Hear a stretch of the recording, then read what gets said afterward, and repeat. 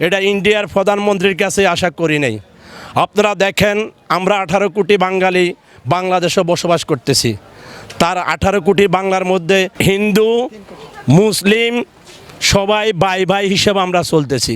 আমাদের মুসলমান ভাইয়েরা আছেন, আমরা আপনাদের সবাইদেরকে বলবো এই ভিডিও লাইভটা পাওয়ার পরেই আপনারা দ্রুত শেয়ার করবেন, এটা যেন সারা বিশ্বের মানুষ জানতে পারে এবং ইন্ডিয়ার প্রতিটা মানুষ জানতে পারে যে বাংলাদেশের মানুষ ইন্ডিয়ার উপরে তীব্র নিন্দা জানাচ্ছে। প্রিয় ইন্ডিয়াবাসী, আমাদের মুসলমান ভাই ভাইদের প্রতি আমার আজকে এই সাংবাদিকের সামনে দাঁড়ায় কথা বলার জন্য অনেক দুঃখ বেদনা নিয়ে দাঁড়াচ্ছি এবং নিজেকে নিজে অনেক অসহ্যকর সৃষ্টি হওয়ার কারণেই আজকে লাইভের দ্বারা দুটি কথা বলতে চাচ্ছি। যে আপনারা দেখছেন বিগত সরকারের আমলেই এবং মমতা ব্যানার্জির আমলেও আমাদের মুসলমান হিন্দু ভাই ভাই ছিলেন, আপনারা দেখেছেন। আর বিগত 3 থেকে 4 দিন আগে যে বিজিএমই ক্লাবের যে নির্বাচন হয়েছিল, আপনারা দেখেছেন নির্বাচনে যারা জয় করছে, জয় করার পরে আমাদের যে মুসলমান ভাইদের উপর যে অত্যাচার, যে নির্যাতন শুরু করেছে আপনারা দেখেছেন। যারা শহীদ হয়েছেন, মারা গেছেন, তাদের কবরের মধ্যে পেট্রোল দিয়ে আগুন দেওয়া হচ্ছে এবং আহত অবস্থায় তাদের গাড়ির উপরে মোটরসাইকেল চালাচ্ছে এবং বয়স্ক লোক, দাড়িওয়ালা, টুপিওয়ালা যাদেরকে পাচ্ছে দড়ি থার বাচ্ছে, মসজিদের সামনে ফিরাচ্ছে, আজান কেন দিচ্ছে, তাদের ক্ষতি হচ্ছে, ফিরাচ্ছে। আসলে আমরা কখনো এটা ইন্ডিয়ার প্রধানমন্ত্রীর কাছে আশা করি নাই। আপনারা দেখেন, আমরা 18 কোটি বাঙালি বাংলাদেশে বসবাস করতেছি। তার 18 কোটি বাংলার মধ্যে হিন্দু মুসলিম সবাই ভাই ভাই হিসেবে আমরা চলতেছি। এরাও তো ইন্ডিয়ার জাতি ভাই। ইন্ডিয়া থেকে আসে আমাদের বাংলাদেশও হাজারো জনগণ বসবাস করতেছে, হিন্দু মুসলিম সবাই আমরা বসবাস করতেছি। তো আমরা তো তাদেরকে দৌড়াচ্ছি না, আমরা তো তাদের ক্ষতি করতেছি না। তবু আমরা আন্তর্জাতিকভাবে এবং সারা বিশ্বর মুসলমান যারা আছে, আমরা ইন্ডিয়ার প্রধানমন্ত্রীর কাছে তীব্র নিন্দা জানাচ্ছি। আপনি অতি দ্রুত যে আমাদের মুসলমানের উপরে নির্যাতন হচ্ছে, আপনি এটা বন্ধ করুন। না হলে আমরা সারা বিশ্বের মুসলিম কান্ট্রি মানুষ যারা আছে, আমরা কখনো আমাদের মুসলমানের নির্যাতন আমরা সহ্য করব না।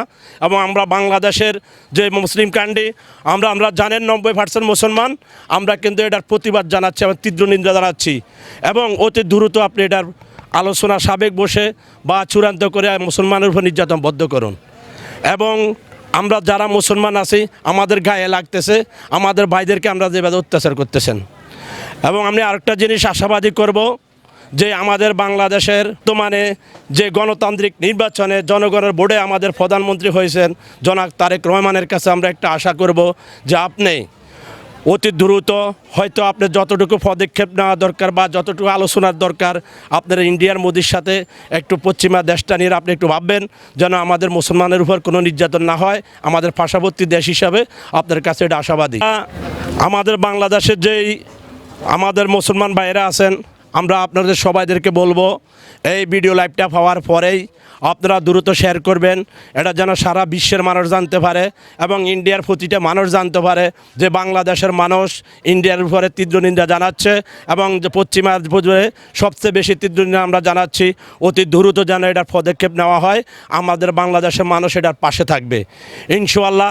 যদি আপনারা বাংলাদেশের মানুষের সহযোগিতা কামনা করেন ইন্ডিয়ার মুসলমান ভাইয়েরা, আমরা আপনাদের পাশে আছি, আপনাদের পাশে থাকবো ইনশাআল্লাহ। মুসলমানের কোনো ভয় নাই, বিশ্বজয় আসুক কাল হোক, মুসলমান বিশ্বজয় করবে ইনশাআল্লাহ। মুসলমান কখনো কোনো কিছুর ভয় পায় না। এবং আরেকটা জিনিস হলো, বিশ্বের ভিতরে যে গোলা বারুদ বানাচ্ছে এবং ওই গোলা বারুদ মুসলমানের উপরে আসলে নিক্ষেপ করতেছে, আসলে ঠিক না। আমরা মুসলমান কিন্তু এতটুকু আশা করি না যে আমরা কারোর সাথে যুদ্ধ করব বা কারোর গোলা বারুদ করবো। মুসলমান ভাই ভাই, এরা মানুষকে কখনো আশ্রয় দিতে জানে, কিন্তু মানুষের গতি তারা নিক্ষেপ করতে জানে না, গুল্লি নিক্ষেপ করতে জানে না এবং কি বোমা নিক্ষেপ করতে জানে না।